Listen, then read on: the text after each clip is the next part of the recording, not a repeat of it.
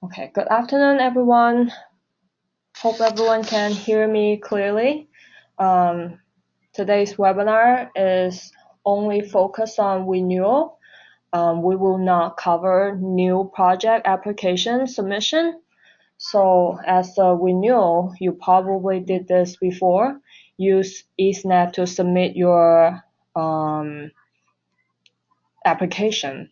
Also, annual report is changed to Sage now, but the application still will be submitted through Esnaps. Today's webinar, I'll be talking about where you find the guidebook to access Esnaps, as well as go through some steps, making sure question is answered correctly during the webinar. Feel free to ask any questions through the chat box, and I'll answer them either during the webinar or at the end. So this year's Esnap application is still August 10, Friday. It's plenty time for everyone to submit your application, I hope. And there's not that much change this year. So if you remember last year, there's quite a bit changes in Esnap. I mean, a lot of things is making it easier. So hopefully this year, you will find it even easier to do the same thing. So I do experience a browser issue. So currently I cannot use Google Chrome to access Esnap. I can only use IE, and I'm not sure why. And you may experience things differently. You may be able to access through Chrome and not IE. So what I see is it just kind of locking into a screen. If I log in as Chrome, it will just lock into one screen and not able to progress. So if you experience similar things, I would recommend you to just change browser and see if that issue can be resolved. If not, I'll suggest you to contact AAQ, the HUD Exchange, ask a question, see if they have better solution. But I'm able to use different browser and solve the problem.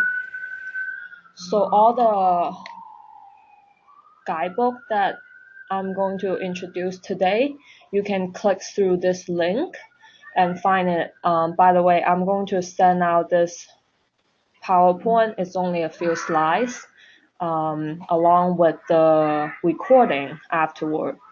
So first of all, update application profile. That including accessing the applicant profile and completing 2880. So both of them have very detailed guidebook. And I'm gonna change to the Esnap screen right now.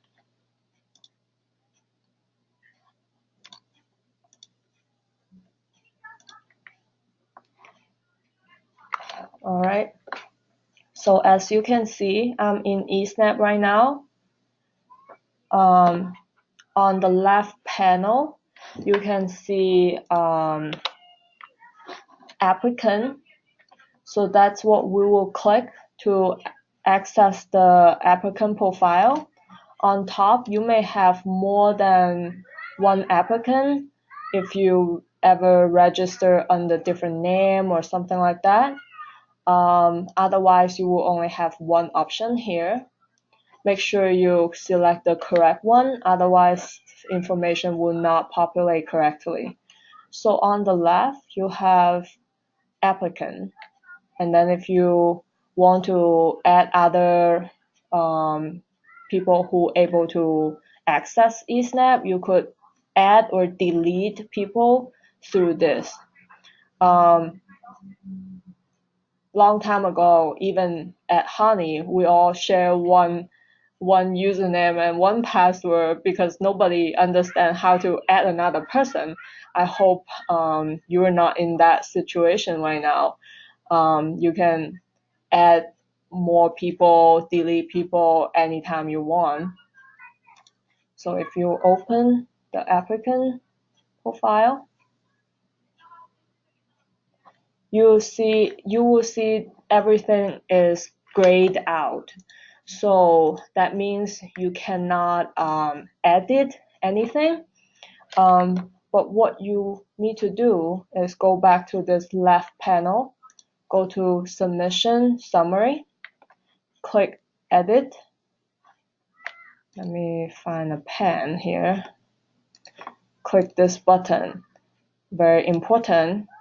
All you need to do is click Edit. This can be done at any time during the year. It doesn't have to be during the application process. You can update admin contact information or whatever you need to do at any time of the year. All you need to do is edit, and then you can submit and go back and edit and submit. That does not impact anything you do. So don't think once you submit it, you're never able to change it or too afraid to change anything in there. This is totally meant to be updated at any point in time if you need it. So remember, just select this edit. You will be able to unlock everything. So for my agency, there's nothing changed. So, but if your agency have anything change, you could use this to change the contact information, for example. But what I would ask you to do specifically is edit the 2AA0. So there's a guidebook specifically for 2AA0, which is on the PowerPoint that we just showed a minute ago. This guidebook clearly instruct you how to answer every question in 2AA0. So you will not include anything you receive directly from HUD under this part 2. It's mostly for other funding that you receive from other funder, I believe, from other government funder, or other private funder, things like that. So that's the only thing you most likely to need to change. Other than that, there should not be too much under the applicant profile you need to change.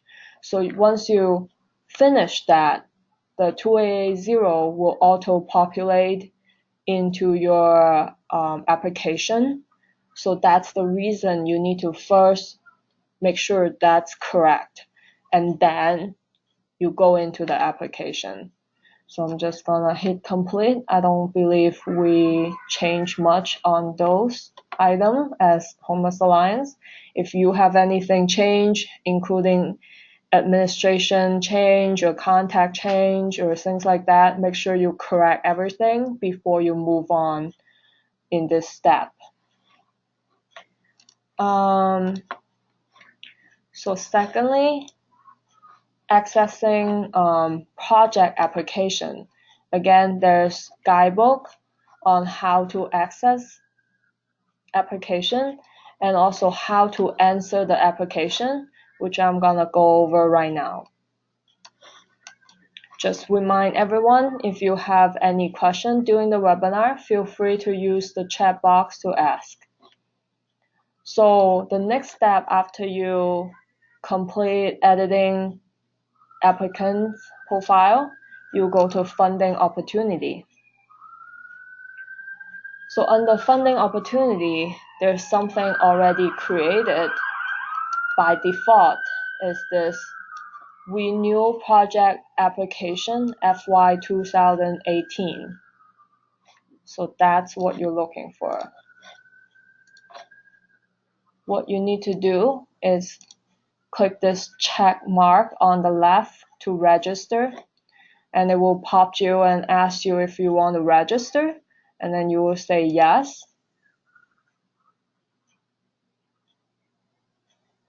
And go back. So this process ensures you or allows you to register for renewal application, which will pop up in the next steps. So the next we'll go to project. So if you notice, you work your way down from applicant to funding opportunity to projects. And the projects is what most people have difficulty with, mostly because they don't read the guidebook thoroughly. This is a very little step, but very important. So in this process, what you need to do, there's nothing you can do right now for FY 2018, but only if you click this Renewal Project Application 2018, and this check marks will magically appear on the left corner, but only if you select this. So remember, select Renewal Project Application FY 2018, and then this magical check mark will come up. Once it comes up, you click on it, and then it will allow you to create a project name. So for us, it will be, let me see.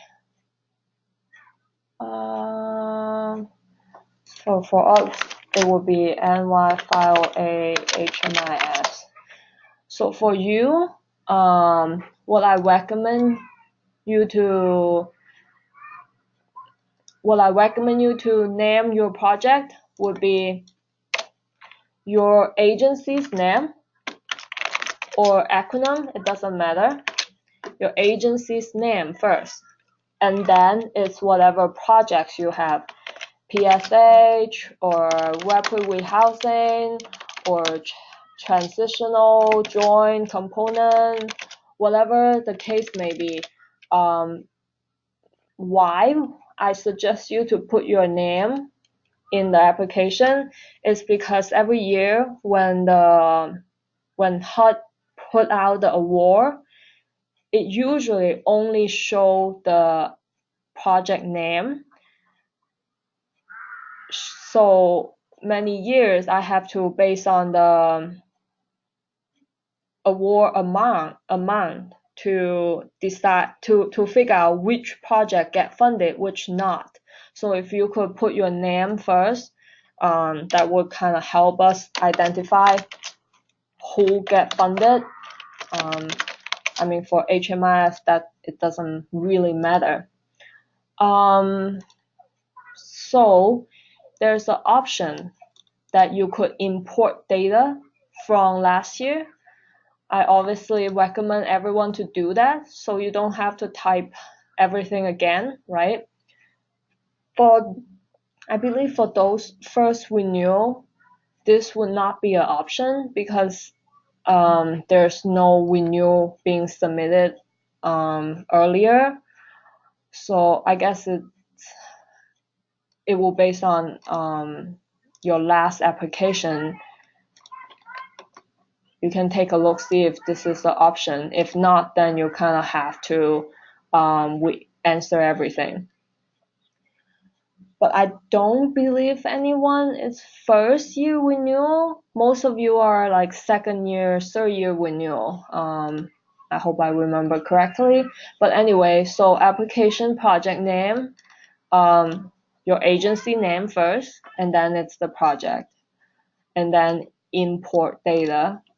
So I'm gonna hit save and back.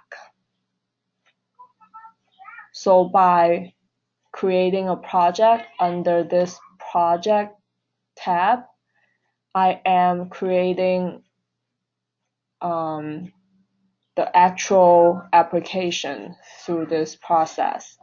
So the next step, what we will do is go to the actual submission and find that project I just created, which you could use this tab and scroll down to whatever the name you created, which for me is NY508HMIS. So let me see. Here you go. You can see this one is the only one with this name, and also there's no submission date. So that is the way assure that you are in the right place. Plus this says NY 2018, so that would indicate you are in the right program. So just a second, I'm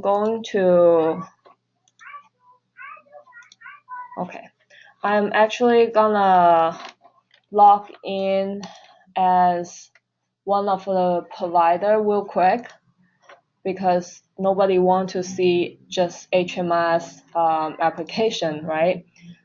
So I do have access to one of the applicant and use that as example for today. So just give me 1 second.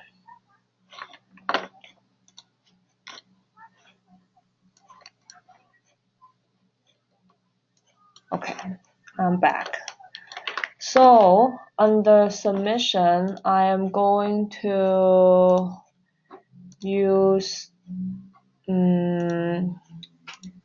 maybe this one as example for today.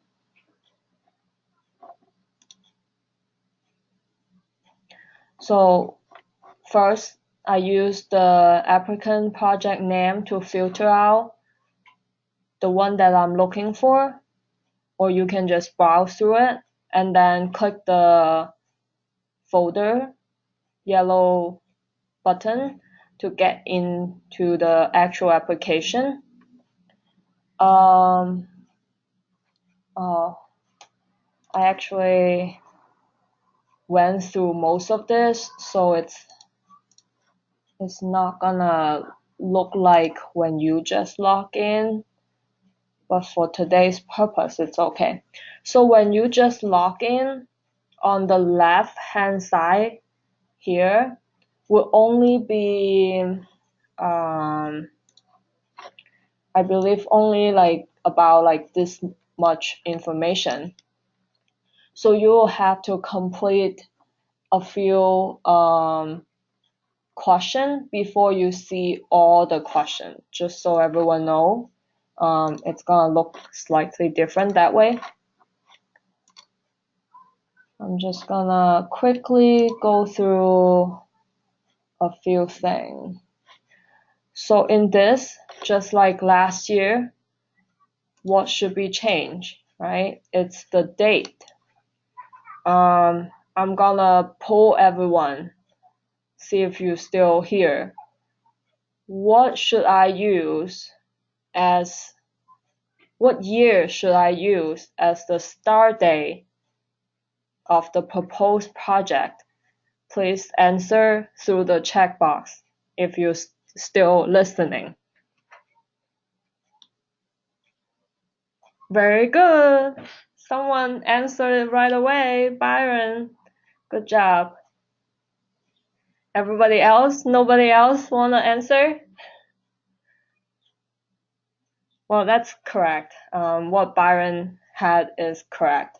So in this example, November 1st,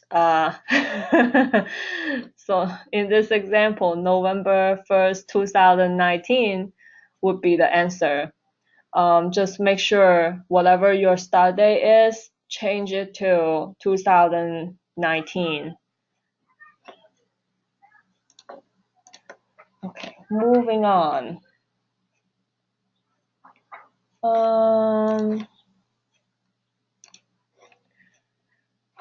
I don't think those are much of a problem. So most likely you're gonna select I agree and then click through all the I agree. So as you see, you cannot edit 2AA0 right here, right?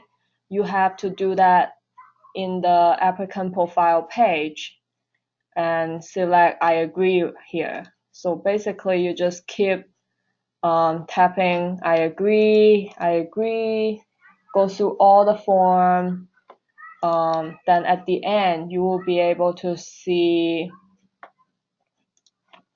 the actual information. So I do want you to read this when you get to this screen. You could use fully submit without change, but it's very unlikely. So we're gonna go through how you can submit with change. This is a new thing from last year. If you are here on my webinar last year, I was quite excited about this. And then we also have a new function this year. It's fully it's consolidation. So this year is the first year HUD allow application to consolidate during the application process. If to qualify for that, of course you have to have two projects with the same component. For example, PSH and PSH, web housing and web housing. You cannot combine web housing and PSH, for example. So let's say if you have two PSH served similar population and everything, you want to merge them together. This year is the first year you could merge it through the application process, which I recommend everyone to consider it if it applies to you. And obviously it has to be with the same applicant. It cannot be merged between two different applicants as well. So those are the criteria.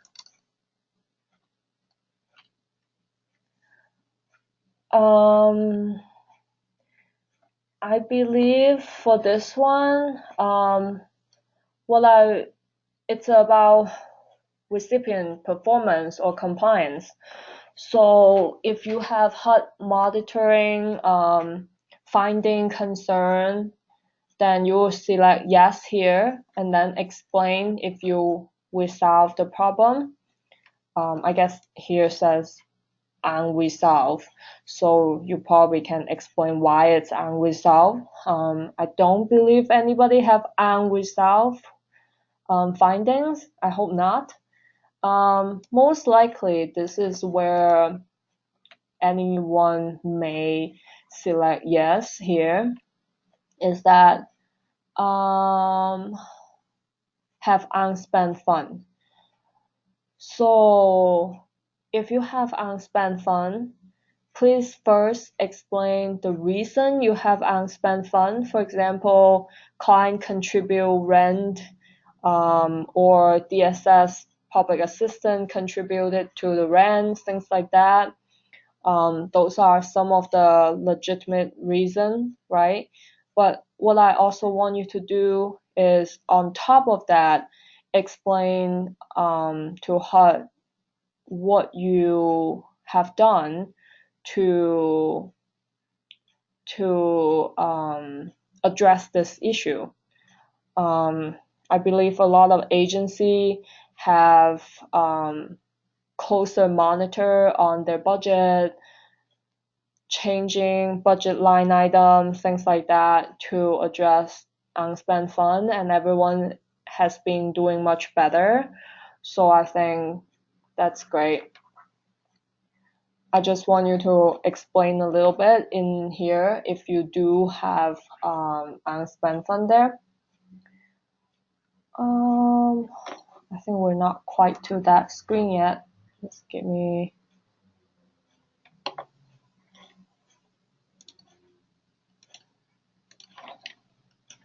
I'm also gonna cross this out. Okay. So here is where you could select consolidation. If you have two projects, as I said, that could be merged with the same component and same project type, and you would like to merge them, you could select yes here. And then here you will select fully consolidated. And then you will type in the PIN number for both, the amount for both project, which one will be remaining and which one will be terminating, and the start date. In terms of which one will be surviving and which one will be terminating, you can find it through the guidebook, which is on the PowerPoint I showed earlier. So you can find all that information and start merging. But most of you is going to select no here and move on.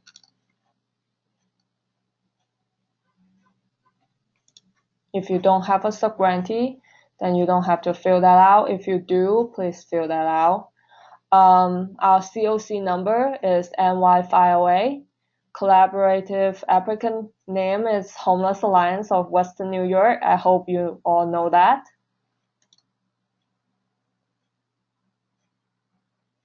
Okay, so for 3B,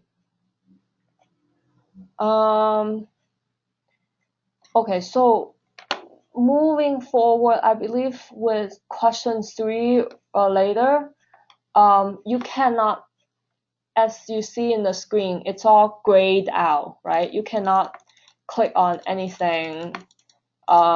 It's because the submit without changes. So what you have to do is go to submission without changes on the left here. And what you could do is go through this and check which one you plan on making changes. And then you have to click save and then go back to that question, and you should be able to see that you are allowed to make changes. So for example, I did caught a mistake on this application that Housing First was not selected, for example. So I'm gonna click description, that's 3B, and then check this, and then click save. And then I'm gonna go back to the exact question. And now, as you can see, you can check box, you can make changes. So, I did make this change earlier. So now Housing First was selected and it's corrected. So that's kind of how it works. If you want to make a change, you have to go to submission without changes and click on which question exactly you would like to change. And once you change the question, you will indicate to HUD why you are changing it, what did you do, things like that. Basically, this is trying to save HUD time to review your application. I believe they do read it. I don't know how thoroughly they read it, but they indicate multiple times that they are reading the application. So if you don't have any changes, then they don't need to read it. That will save them some time. But obviously, for example, match, you're gonna probably have some change because FMR increase and you will have to create more match. So that would be some of the reason that you will make some changes. So let me see. There are, I don't think some of the question it's there forever, then I'm not gonna go through it one by one. But I do want to make some clarification for some of the question. So for actually,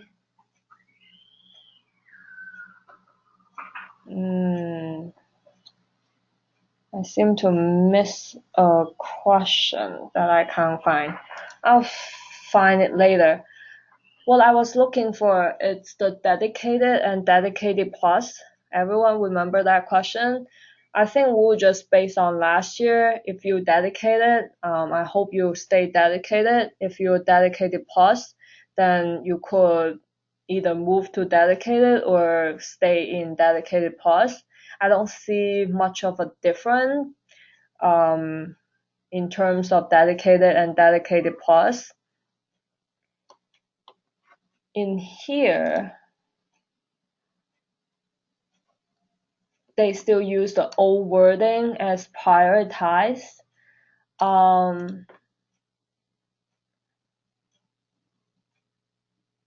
I did not get clarification from HUD yet regarding to this question because remember in the previous year we always put in the turnover. So for this program, for example, they are all dedicated, so it's not a problem. But for people who dedicated plus their turnover bad, this may be only talking about the turnover beds. I will hopefully submit this as a question and see what HUD said, and I'll email everyone. Otherwise, I say maybe you will just put the turnover beds for now. So one question that I don't feel everyone answering quite correctly is actually this question. It did not come to my attention until recently that our continuum has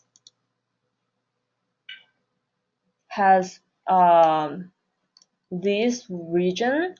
So how they calculate a continuum eligible amount, we call pro rate of share. It's based on region. So as everyone know, Buffalo, Erie, or people in Niagara Falls would pick Niagara Falls and Niagara County, for example. But there's actually a region like Chittenwaga, Amherst, town of Towanda, Hamburg, West Seneca. Those, in our mind, is part of Erie. But in HUD delegation, they are calculated separately. There's specific amount for Erie, for example, that excluded Chittenwaga, Amherst, blah, blah, blah. So, technically, everyone who could serve the whole region of Erie as a county could serve Chittenwaga, Amherst, town of Towanda, blah, blah, blah. I'm not gonna read this again and again, but you got the idea.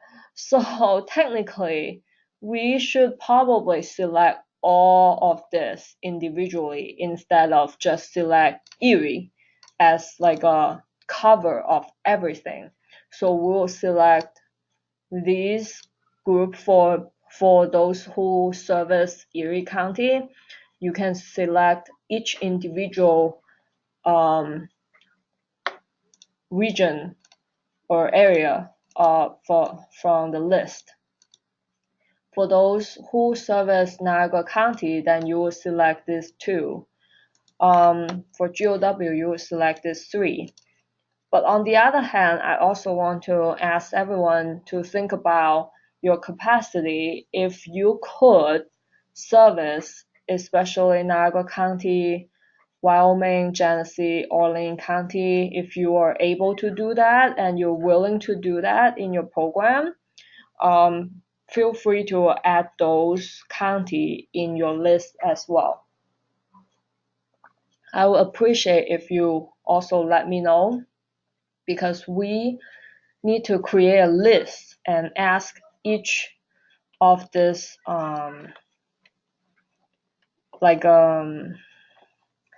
I don't really know the technical term of it besides like for example, the city of Buffalo. We will need to ask them to sign onto a form that this agency agreed to serve this area. So every year we do ask every single one of these and get a letter from them saying they are aware of what program is available in their region and they approve it, things like that. So if you could just make a selection from this list, that would be great.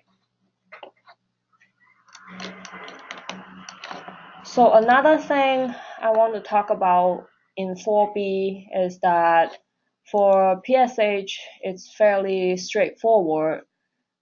You have 20 bed, you have 20 bed. There's no additional thing happening here. But for worker housing, often it's quite unclear. So I'm quoting from the guidebook. The 4B number of unit and number of bed proposed to be served supposed to be on a single night when the project is at full capacity. So it's very important. It's talking about one single night. Like, please pay attention for all the worker housing program that is on the call right now. This is where you need to pay attention, is that this 4B and question 5 is talking about one single night. It's not talking about a year. It's not talking about 5 year. It's talking about one single night. Okay? And it's about when your program at full capacity. So you may lose a case manager, you may I don't know, in some reason not in your capacity right now or never at your capacity, but this question is asking when we funded you as a continuum, what you agree to serve on a single night at full capacity, or what you propose to serve in this year. So if you could, let's say you have 2 case manager and you're supposed to serve 50 people at any single night, then that's what you should put in. Regardless, right now you only have 1 case manager and you are hiring another or whatever, that doesn't matter. All I need to know is on a single night you could serve 50 people. So that's kind of how you will answer this question.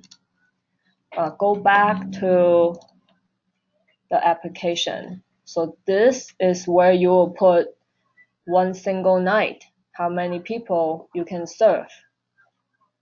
And this answer should match 5A and 5B. So in this case, again, it's a PSH example, so it's kind of simple. They just have 20 beds and they're gonna serve 20 people. In web-away housing, especially program that serve family, it may get slightly more complicated. So, for example, if you have 20 units here, you not only serve 20 adults, you're gonna serve at least 20 kids as well. Let me see. Company children. Company.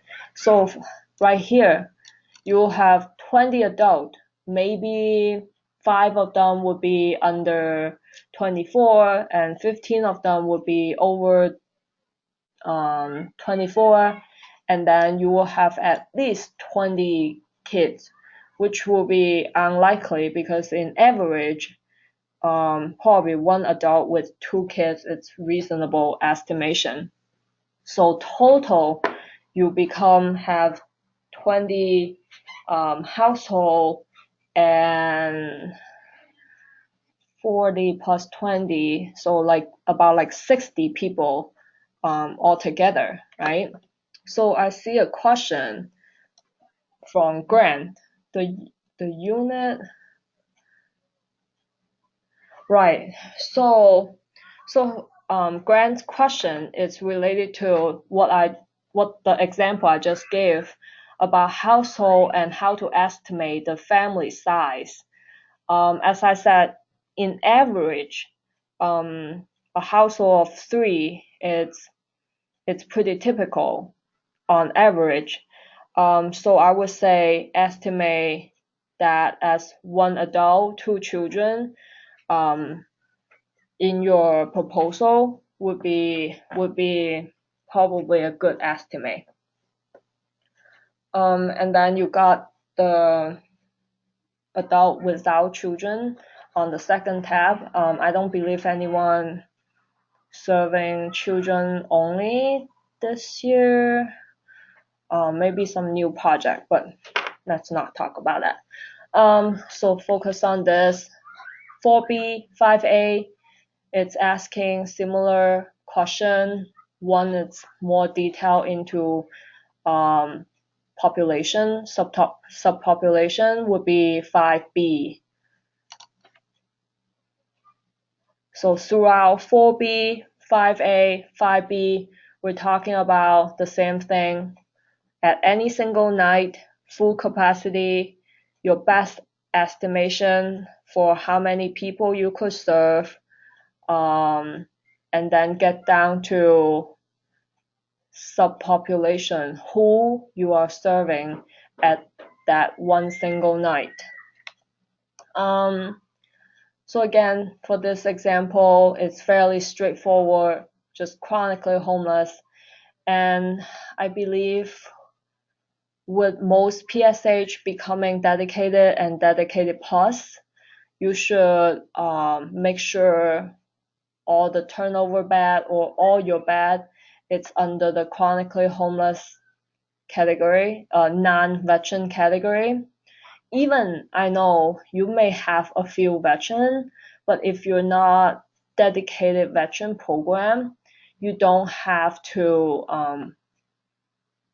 put as veteran. You can put a few. So this two thing is actually mutually exclusive. So if they are chronically homeless non-veteran, they cannot be chronically homeless veteran. We do serve a few chronically homeless veteran sometimes, but oftentimes we're not exclusively serving them. So to be easy, you can just put people under chronically homeless non-veteran. So for the Western New York veteran program, you can put most people under this category, and then a lot of them also non-chronically homeless veteran, so you could put it here as well. So these three things are exclusive, mutually exclusive. But if you scroll over this way, for people who have substance abuse, HIV, mental illness, DV, disability, developmental disability, those are not mutually exclusive. So that means people could have multiple disability, and and the total of your number could be over the number of households you said you're going to serve. So that will be what you want to pay attention. For PSH, the total of this should be way over the total of the unit you have, because they definitely need to have one disability, and most of you indicated that your client have two or more disability in your application.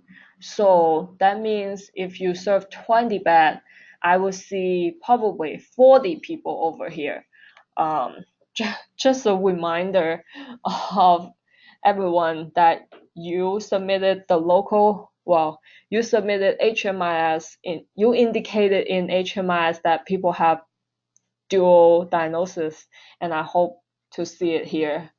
For people who are not represented in any of this, would not apply for PSH, but will be likely to apply for rapid housing, because you are serving people who are high vulnerability but may not have a qualified disability.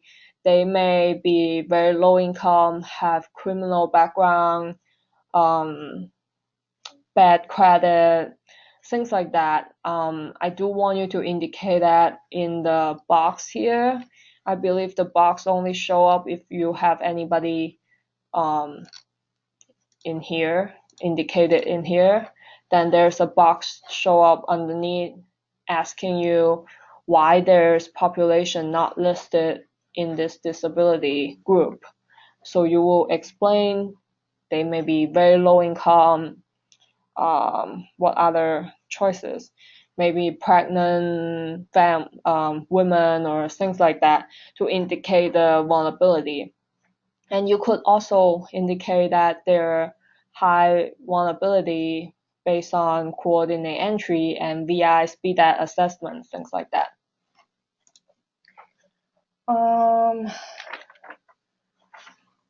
So in here, most of you is going to select street or shelter. Safe haven is not haven house. I hope everyone understand. And most likely you're not taking people directly from safe haven, so I don't expect anybody select that. There's only one program that currently serving people fleeing domestic violence, which will be category 4. So just pay attention. Most of you are not serving this category. They may experience domestic violence, but they likely come from a shelter. So please pay attention to that.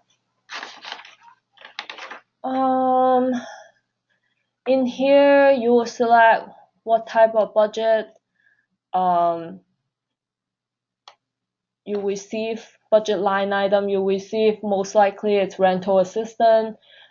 Just a new change from since last year is that you no longer need to explain what supportive service or even, I think, operating detail. So they just want a total. So most of it's rental assistance and the match that you most likely need to explain. So once you go through the whole grant, checking the box change or not change, please don't select all of them. At least last year, once you hit save, it doesn't allow you to go back and unselect it. So it makes it look like you make changes to all the questions, which you're not. So only make changes, only check the box when you absolutely need to, and explain what exactly you change from last year and why. So that's the best way to do it. Please do not select all of this. It's rather unnecessary.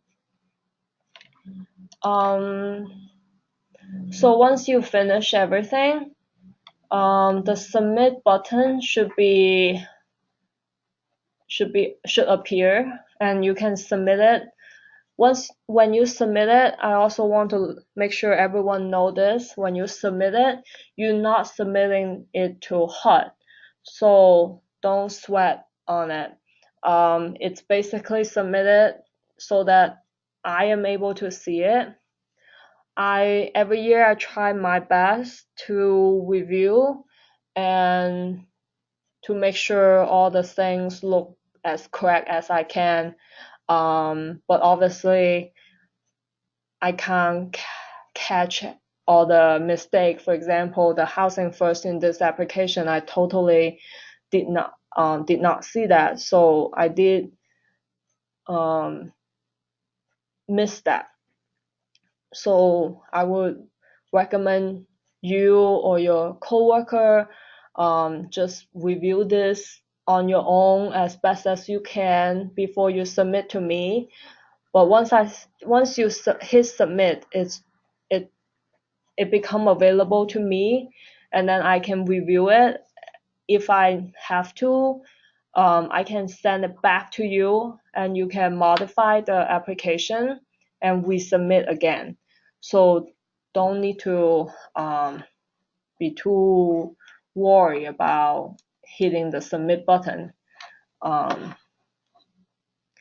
That's about it. Just a reminder of the application due date is August 10, Friday, 4 p.m. I would appreciate if you can email me a quick email, just say, hey, I submitted this through Esnaps. When you get a chance, take a look so that I know you submitted. I also try to avoid application get caught in the middle. There's some year the application was submitted from your end, but it was not appear on my end. So I would appreciate if you can email me and let me know. And also this year, I'm gonna talk about the time frame in a second. Anyone have any question regarding what I go through in Esnaps? Mostly, I just want to show you the process because it's not something we do every year. So every year, I personally read all the guidebook and make sure there's nothing new to everyone, and make sure to cover that in the webinar, and I hope you find it helpful. If there's no question, I also want to use this opportunity to talk a little bit about this year's time frame and hope gain some feedback from you. Any question? If you have any question, you could submit it through the chat box. I'm gonna just stop the recording if you don't have any question and talk a little bit about the time frame. All right, great. No question. Everyone is gonna submit it perfectly, hopefully.